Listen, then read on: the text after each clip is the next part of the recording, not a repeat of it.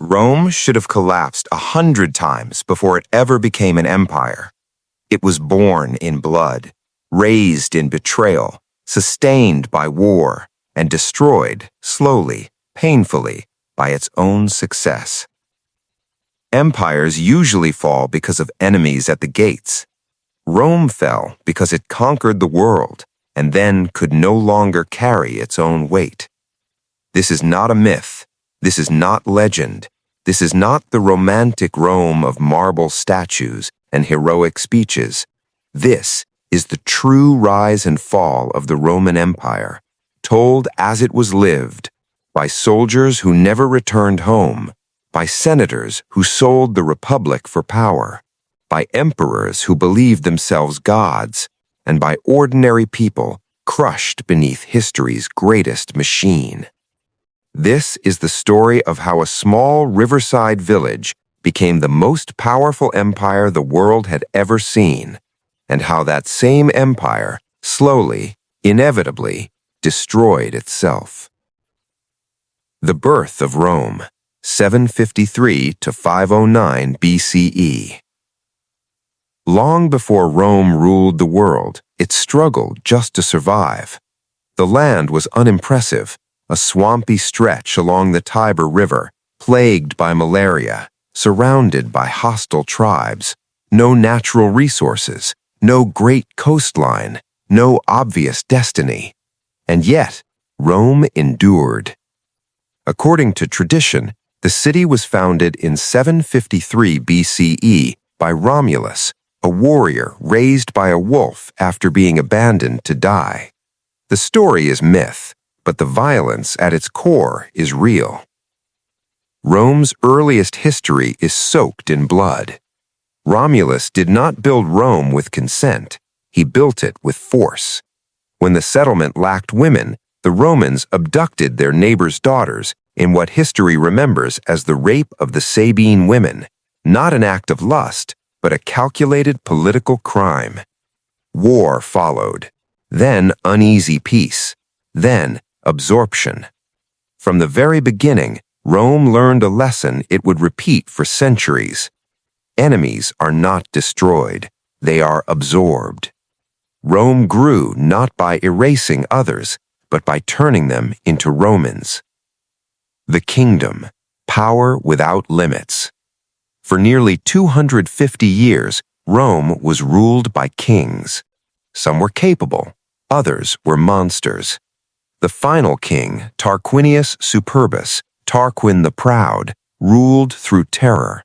He executed senators, ignored laws, treated Rome as personal property. The breaking point came not from politics, but from a crime. Tarquin's son raped Lucretia, a noblewoman known for her virtue. She gathered her family, told them what had happened, and then took her own life. Rome erupted. The people rose. The king was exiled, and Rome made a decision that would shape Western civilization forever. They would never again be ruled by a king.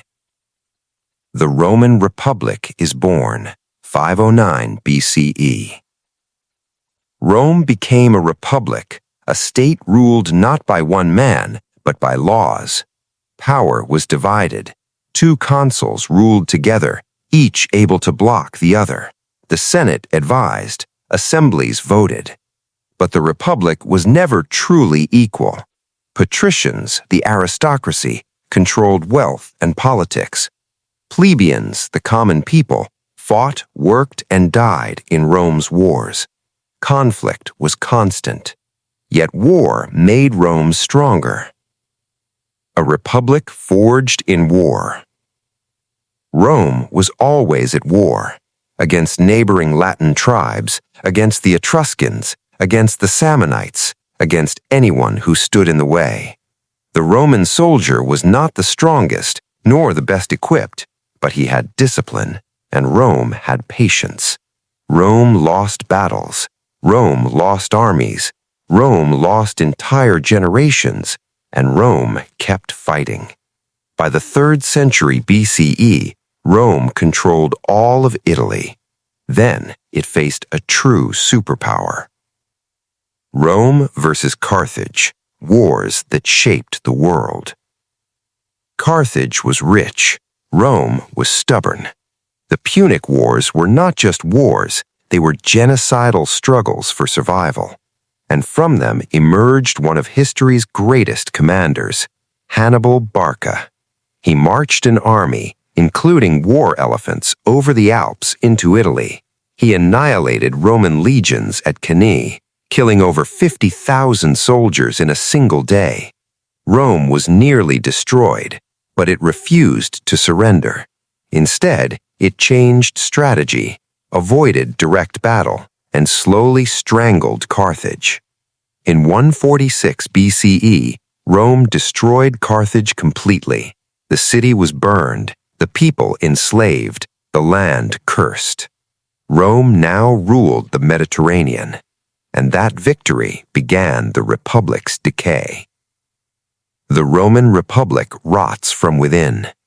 Wealth flooded Rome. Slaves replaced citizens. Small farmers lost land. Generals became more powerful than the Senate. Politics turned violent. Murderers were reformed. Elections were rigged. Armies became loyal to men, not to the state. Rome had conquered the world, but lost control of itself. And then came Julius Caesar. Julius Caesar, the man who broke the Republic. Caesar was brilliant, charismatic, ruthless. He conquered Gaul, won the loyalty of his soldiers, and crossed the Rubicon River, declaring civil war. The Republic fell not in a single moment, but in a slow collapse. When Caesar was assassinated in 44 BCE, the conspirators believed they had saved Rome. They were wrong. They had only removed the last barrier. The rise of the emperors.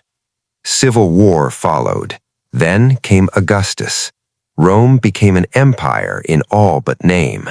Peace arrived. Roads spread. Cities flourished. For 2 centuries, Rome enjoyed the Pax Romana, the Roman peace. But peace masked decay. Madness, tyranny, and golden ages. Nero burned Rome. Caligula ruled through insanity. Trajan expanded the empire to its greatest extent. Marcus Aurelius ruled with philosophy and watched everything crumble. Plagues killed millions. Inflation destroyed the economy. Armies proclaimed their own emperors. Rome was too big, too complex, too corrupt. The slow death of the West. Barbarians were no longer outsiders, they were inside the empire. The army was foreign, the treasury was empty. In 476 CE, the last Western Roman emperor was removed. There was no explosion, no final battle. Rome simply stopped. Epilogue. Rome never truly fell. The laws survived. The language survived. The roads, the ideas, the architecture, the politics. Rome lives on in the modern world, especially in the United States. Every republic, every senate, every constitution. Rome did not die. It transformed. Rome did not realize it was becoming dangerous. At first, victory felt like justice. Then it felt like destiny. Eventually, it felt like entitlement.